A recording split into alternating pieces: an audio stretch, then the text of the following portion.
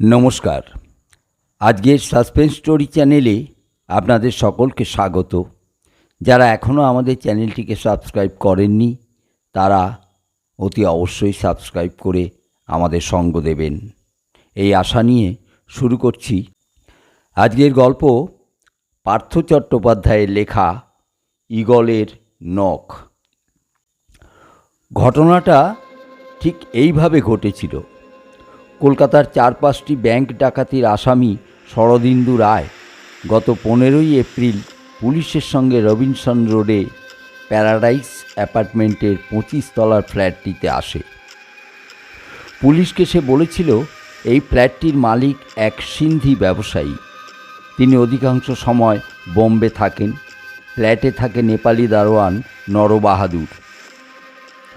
ঘটনার দিন অর্থাৎ 15ই এপ্রিল দুপুরবেলা লালবাজারে ডাকাতি নিরোধ শাখার সাব ইন্সপেক্টর সমীর প্রধান শরদিন্দুকে নিয়ে এই ফ্ল্যাটে আসেন।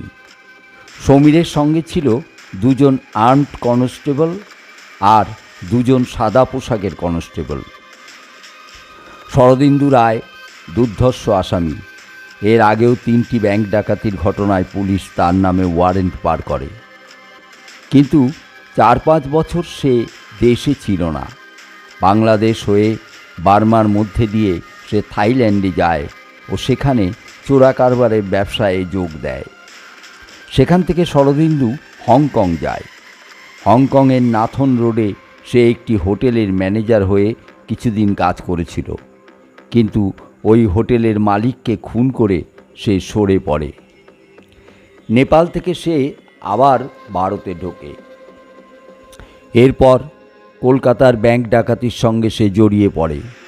পুলিশরা খুব ভাগ্যে বিশ্বাস করে। তারা বলে ভাগ্য প্রসন্ন না হলে দাগি আসামিদের ধরা মুশকিল। সমীর প্রধান ব্যাংক ডাকাতির ইনভেস্টিগেটিং অফিসার। 4 মাস ধরে সে তন্ন তন্ন করে আসামিদের খুঁজছিল, কিন্তু কোথাও কোনো ক্লু পাওয়া যাচ্ছিল না। শেষে নেহাত এক দৈববশে ধরা পড়ে। আমি সমীরের বস, ডিডির অ্যাসিস্ট্যান্ট কমিশনার। সমীর 10 বছর ধরেই ডিডিতে। আমি 10 বছর পরে সদ্য ডিডির চার্জ পেয়েছি। আমাদের এই লাইনে সবাই নিজের নিজের সোর্স ও কাজকর্ম সম্পর্কে মন্ত্রগুপ্তি রাখে, কিন্তু সমীর আমাকে সব কথা খুলে বলতো। শরদিন্দুর গ্রেপ্তারের ব্যাপারে সে আমাকে এক অদ্ভুত কাহিনী শোনায়। সমীরের জবানিতেই বলি। ব্যাংক ডাকাতির ব্যাপারে কিনারা করার জন্য হন্যে হয়ে যখন সারা ভারত ঘুরে বেড়াচ্ছি, তখন একদিন রাত্রিবেলা আমার দরজায় টোকা পড়ে। রাত তখন বড়জোর 9টা হবে। লোডশেডিং। আমার স্ত্রী ও ছেলে মেয়ে পাশের ঘরে শুয়ে। আমি মোমবাতি জেলে কতগুলো কাগজপত্র পরীক্ষা করছি। আমি বললাম, কে? কোনো উত্তর দিল না কেউ। আবার দরজায় টোকা।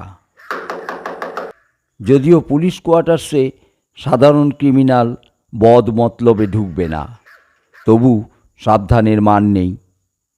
আমি ড্রয়ার থেকে রিভলভারটা বার করলাম।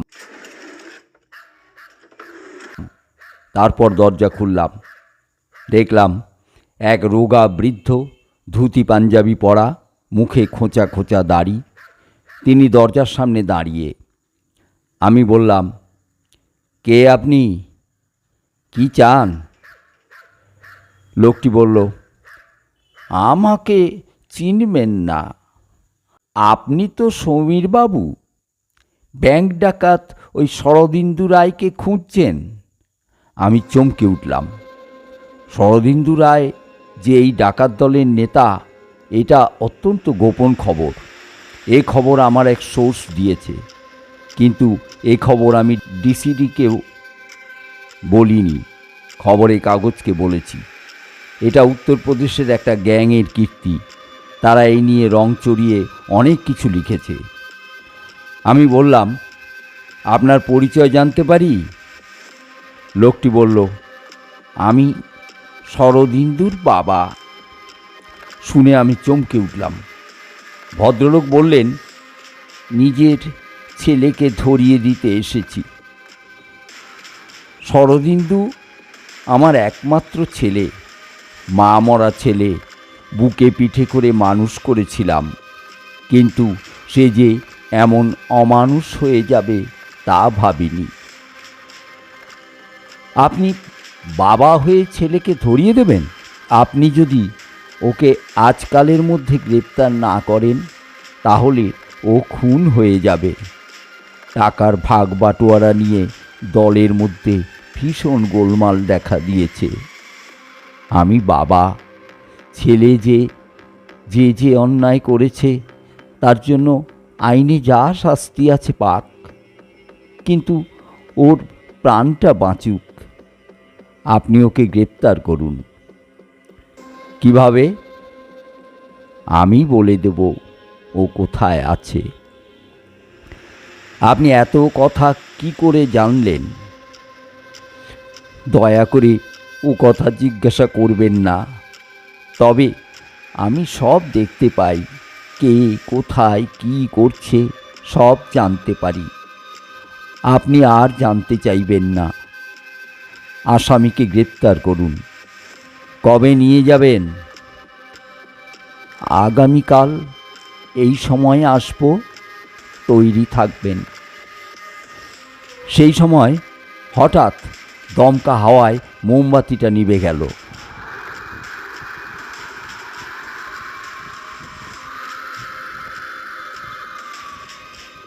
কিছু বলতে যাওয়ার আগে ভদ্রলোক দরজা খুলে বেরিয়ে গেছেন। তাড়াতাড়ি সিঁড়ির কাছে গিয়ে কাউকে দেখতে পেলাম না, যেন অদৃশ্য হয়ে গেলেন ভদ্রলোক। খুব খটকা লাগলো পুরো ব্যাপারটা। কোনো ট্র্যাপ নয় তো? এইভাবে ফাঁদ পেতে অনেক পুলিশকে হত্যা করা হয়েছে। আমি অবশ্য চিরকালের ডেয়ারিং, সবাই জানে। নয়তো চীনের বিখ্যাত ক্যারাটে লড়িয়ে লি চিয়া হুইকে সেই কোকেন কেসে অমন কাবু করতে পারতাম না। পরদিন 5 জনের একটা সাদা পোশাকের ফোর্স নিয়ে রেডি থাকলাম। ঠিক 9টা বাজার সঙ্গে সঙ্গে লোডশেডিং হয়ে গেল, আর মিনিট 10-এর মধ্যে দরজায় খটখট আওয়াজ। দরজা খুলে দিলাম। বৃদ্ধ ঢুকলেন। রেডি? আমি ভেবেছিলাম আপনি বুঝি আর এলেন না। কথা যখন দিয়েছি আসবই, আর আপনার চেয়ে আমার দায় অনেক বেশি সমীরবাবু। আমার ছেলের জীবন নির্ভর করছে এর ওপর। আপনি এখন কোথায় থাকেন? এবার বৃদ্ধ যেন একটু অসন্তুষ্ট হলেন। এই কথা জেনে আপনার লাভ কি? না, এমনি জিজ্ঞাসা করছি। বৃদ্ধ বললেন, অন্যায় কৌতূহল সংবরণ করুন। আমার সম্পর্কে বেশি জানতে চাইবেন না। আপনার পুলিশ কোডেই আছে, সোর্সকে সবসময় গোপন রেখে দিতে হয়। চলুন। আরে বাবা, এত ঘরভর্তি লোকের কোনো দরকার ছিল না। ভুলে যাবেন না, আমরা বরযাত্রী যাচ্ছি না, দুর্ধর্ষ আন্তর্জাতিক ক্রিমিনালকে ধরতে যাচ্ছি। আমার ছেলে মোটেই দুর্ধর্ষ নয়। ছেলেবেলায় সে আরশোলা দেখে ভয়ে শিউরে উঠত। সে ছিল আরাম প্রিয়, চরম ফাঁকিবাজ আর ভীষণ আদুরে। পড়াশোনায় ফাঁকি দিত ছেলেবেলা থেকেই। মনটা নরম ছিল। একবার এক ভিখিরিকে আমার এক নতুন ধুতি দিয়ে দিয়েছিল বলে মার খেয়েছিল আমার কাছ থেকে। সেই ছেলে কিভাবে যে ডাকাত হয়ে গেল তা ভাবাই যায় না। জীবনে যে কাউকে কড়া কথা বলেনি, মারধর করেনি, পুজোয় বলি দেখতে পারত না, বলতো আমার কষ্ট হয়। আর সেই ছেলে। আমি বললাম, এমন হয়, কেউ তো আর জন্ম অপরাধী হয় না। কুসঙ্গে পড়ে বহু ভালো ছেলে বিগড়ে যায়। চলুন, কোথায় যেতে হবে? আপনাকে আমার জিপে বসতে হবে। আমার জিপে আমার পাশে ভদ্রলোক বসলেন। সত্যি কি রোগা মানুষ, মনে হচ্ছে একটা কঙ্কালের গায়ে যেন কে ধুতি পাঞ্জাবি পরিয়ে দিয়েছে। উনি যে আমার পাশে বসে আছেন আমি তা অনুভবও করতে পারছি না। বৃদ্ধ আমাদের পথ দেখিয়ে নিয়ে চললেন। আমাদের জিপ এসে থামল হ্যারিসন রোডের একটা হোটেলের সামনে। হোটেলের নাম জয় কৃষ্ণ লজ। ভদ্রলোক বললেন, হোটেলের 4 তলায় ওই চিলেকোঠার ঘরে চলে যান, শরদিন্দুকে পাবেন। আমার একান্ত অনুরোধ, তাকে মারধর করবেন না। আইনত যা শাস্তি তার পাওনা তাই তাকে দেবেন, তার কোনো ক্ষতি করবেন না। আমি কিন্তু সব কিছুই দেখছি, নিজের ছেলেকে ধরিয়ে দিয়েছি, বুঝতেই পারছেন আমি সাধারণ থেকে একটু আলাদা। আপনি গাড়িতে বসুন, ড্রাইভার রইল আপনার সঙ্গে। না, আমি ওর সামনে দাঁড়াতে পারবো না। আমি চলি, দরকার হলেই আমাকে পাবেন। আপনার ঠিকানা? বৃদ্ধ ভদ্রলোক ভিড়ের মধ্যে কোথায় মিলিয়ে গেলেন। আমরা জয়কৃষ্ণ লজের দিকে ধীরে ধীরে এগোলাম। শরদিন্দুকে পাওয়া গেল ঠিক চিলেকোঠার ঘরে। মানস পাত্র এই নামে রানীগঞ্জের ব্যবসায়ী সেজে সে নিশ্চিন্তে ঘুমোচ্ছিল। সমীরের মুখে শরদিন্দু গ্রেপ্তারের রহস্য শুনেছিলাম। সেই বৃদ্ধ ভদ্রলোক যিনি শরদিন্দুর বাবা, তিনি আর আসেননি। সমীরও এই নিয়ে শরদিন্দুকে কিছু বলেনি। শরদিন্দু জেরার মুখে স্বীকার করে ব্যাংক লুটের টাকা কোথায় আছে। তার মধ্যে এক জায়গায় নাম করে, সেটি প্যারাডাইস অ্যাপার্টমেন্ট। আর ওই প্যারাডাইস অ্যাপার্টমেন্টে লুকোনো টাকা সে যখন দেখাতে আসে তখনই ঘটে এই ঘটনাটি। সমীরের বক্তব্য অনুসারে শরদিন্দু আর সমীর শোবার ঘরে ঢোকে। কনস্টেবলরা দরজার বাইরে দাঁড়ায়। কিছুক্ষণ শরদিন্দু আলমারির ড্রয়ার খুঁজবার ভান করে, তারপর জানালার সামনে এসে দাঁড়ায়। জানালায় কোনো গ্রিল ছিল না। হঠাৎ নিমেষের মধ্যে শরদিন্দু 25 তলা থেকে মরণ ঝাঁপ দেয়। সমীর চিৎকার করে ওঠে। চিৎকার শুনে কনস্টেবলদের বলে, সর্বনাশ হয়ে গেছে, আসামি ঝাঁপ দিয়েছে, চলো নিচে চলো। শরদিন্দুর এই মৃত্যু সমীরের মতে আত্মহত্যা, কিন্তু একজন বিচারাধীন আসামির পুলিশের হেফাজতে থাকা অবস্থায় এই যে অস্বাভাবিক মৃত্যু, এর সমস্ত দায় সমীরের ওপর এসে পড়েছে। তাকে সাসপেন্ড করা হয়েছে। কিন্তু ঘটনা এখানেই থেমে যেত যদি না একটি দৈনিক পত্রিকার ক্রাইম রিপোর্টার সঞ্জয় সেন 3টি প্রবন্ধ লিখে প্রমাণ করতেন যে শরদিন্দুকে হত্যা করা হয়েছে। শরদিন্দু নাকি লুকোনো টাকার হদিশ ঠিকই দিয়েছিল, কিন্তু ইনভেস্টিগেটিং অফিসার সমীর ওই টাকা আত্মসাৎ করতে উৎসুক। আর এই টাকা আত্মসাৎ করা খুবই সহজ হয়ে দাঁড়ায় যদি শরদিন্দুকে পৃথিবী থেকে সরিয়ে দেওয়া যায়। নয়তো ওই মাল্টিস্টোরিড বিল্ডিংয়ে তাকে নিয়ে যাওয়ার কোনো দরকার ছিল না। ওই বাড়ির মালিক সিন্ধি ব্যবসায়ীর সঙ্গে শরদিন্দুর মাত্র একবার দেখা হয়েছিল। ওই ভদ্রলোকের আরও ফ্ল্যাট আছে। শরদিন্দু সম্ভবত ব্যাংক ডাকাতির টাকায় একটি ফ্ল্যাট কিনতে চেয়েছিল। এছাড়া আর কোনো সম্পর্ক ছিল না শরদিন্দুর সঙ্গে। সমীর ওই ফ্ল্যাটে এর আগে একবারই এসেছিল, তখনই শরদিন্দুকে হত্যা করার পরিকল্পনা করে সে। এই প্রতিবেদন নিয়ে সারা শহরেই হইচই পড়ে, আর আমার উপর পড়ে একটি অপ্রিয় কাজের ভার। এই ঘটনার তদন্ত আমাকে বার করতে হবে, সত্যি সত্যি ইচ্ছা করেই সমীর শরদিন্দুকে ফেলে দিয়েছে কিনা। আমি যতদূর সমীরকে জানি, সে একজন সৎ ও দক্ষ অফিসার। সে কেন এত বড় একটা ঝুঁকি নিতে যাবে? তার একটা বড় ভুল হয়েছিল শরদিন্দুকে নিয়ে ওইভাবে ঘরে ঢোকা, বিশেষ করে জানালায় যখন গ্রিল নেই। কিন্তু আমাকে সমীর বলেছিল, বিশ্বাস করুন স্যার, আমার একদম মনে হয়নি শরদিন্দু আত্মহত্যা করতে পারে।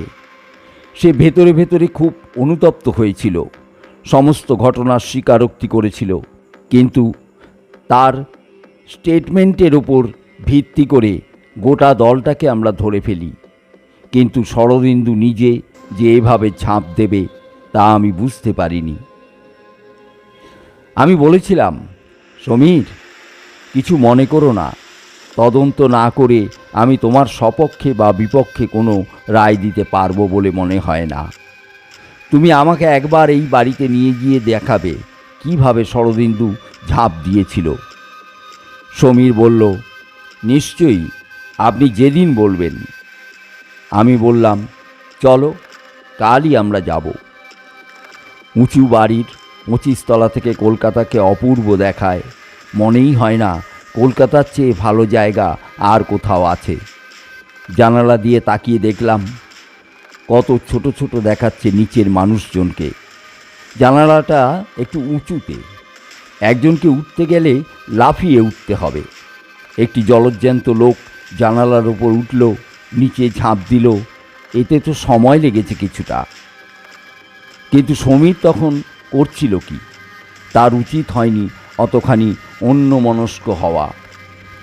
হঠাৎ ঘরের মধ্যে বাজ পড়লেও এত চমকাতাম না। দেখি এক বৃদ্ধ ভদ্রলোক কোন ফাঁকে ঘরের মধ্যে ঢুকে পড়েছেন। নিমেষের মধ্যে বৃদ্ধ এগিয়ে গেলেন সমীরের দিকে। সমীর তাকে দেখে চেঁচিয়ে উঠতে গিয়েছিল, কিন্তু গলা থেকে স্বর বেরোলো না। আমি ছুটে যাবার আগেই দেখলাম জানালায় দুজনে ধস্তাধস্তি হচ্ছে। বৃদ্ধ এক ঝটকায় সমীরকে যেন শূন্যে তুলে ধরলেন। তারপর যেমনভাবে কোনো ভারী জিনিস কেউ ফেলে দেয় তেমনি করে সমীরকে ফেলে দিলেন খোলা জানালা দিয়ে। সমীরও বোধহয় লোকটির গলা জড়িয়ে ধরেছিল। সেও একই সঙ্গে নিচে পড়ল। চোখের সামনে নিমেষের মধ্যে এই ঘটনা ঘটে গেল। আমি স্তম্ভিত হয়ে গেলাম। ততক্ষণে আমার সঙ্গীরা সবাই এসে গেছে। তাদের দিকে তাকিয়ে অস্ফুট স্বরে শুধু বললাম, সর্বনাশ হয়েছে। কিন্তু কোথায় গেল সেই বৃদ্ধের মৃতদেহ? তন্ন তন্ন করে খুঁজেও তার মৃতদেহ পাওয়া গেল না। শুধু শান বাঁধানো মেঝের ওপরে সমীরের থ্যাতলানো দেহটা পড়ে আছে। রক্তে ভেসে যাচ্ছে সমস্ত জায়গাটা। এই ঘটনার পর আমার পক্ষে মান সম্ভ্রম নিয়ে চাকরিতে টিকে থাকাটাই অসম্ভব হয়ে দাঁড়ায়। একটি খুনের কিনারা করতে গিয়ে পরোক্ষভাবে আমি আর একটি মর্মান্তিক মৃত্যুর সঙ্গে জড়িয়ে পড়লাম। আমার প্রথম কাজ হলো শরদিন্দুর বাবা সম্পর্কে খোঁজ খবর নেওয়া। এতদিন ধরে যে রহস্যময় লোকটি সমীরকে অনিবার্য পরিণতির দিকে টেনে নিয়ে যাচ্ছিল, কে সে? সে কি কোনো বাস্তব অস্তিত্ব? অনেক খোঁজ খবর করে যে তথ্য জোগাড় করলাম তাতে আমি স্তম্ভিত। আজ থেকে 5 বছর আগে উত্তরপ্রদেশের এক অখ্যাত শহরে মৃত্যু হয়েছিল যোগেন্দ্র মোহন রায়ের।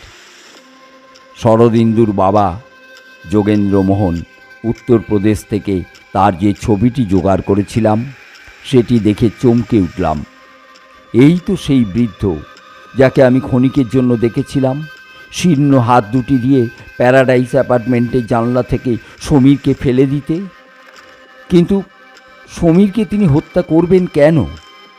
তবে কি সত্যি সমীর টাকার লোভে শরদিন্দুকে হত্যা করে সমস্ত সাক্ষ্য প্রমাণ লোপাট করার চেষ্টা করেছিল? ঘটনাটা আজও আমার কাছে রহস্যাবৃত।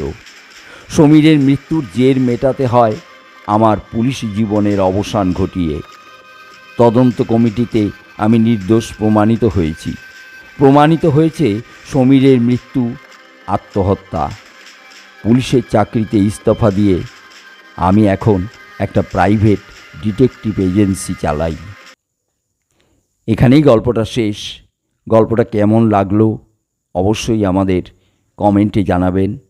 যদি গল্পটি ভালো লেগে থাকে বা ভিডিওটি ভালো লেগে থাকে তাহলে আমাদের চ্যানেলটিকে লাইক ও শেয়ার করতে ভুলবেন না। ধন্যবাদ।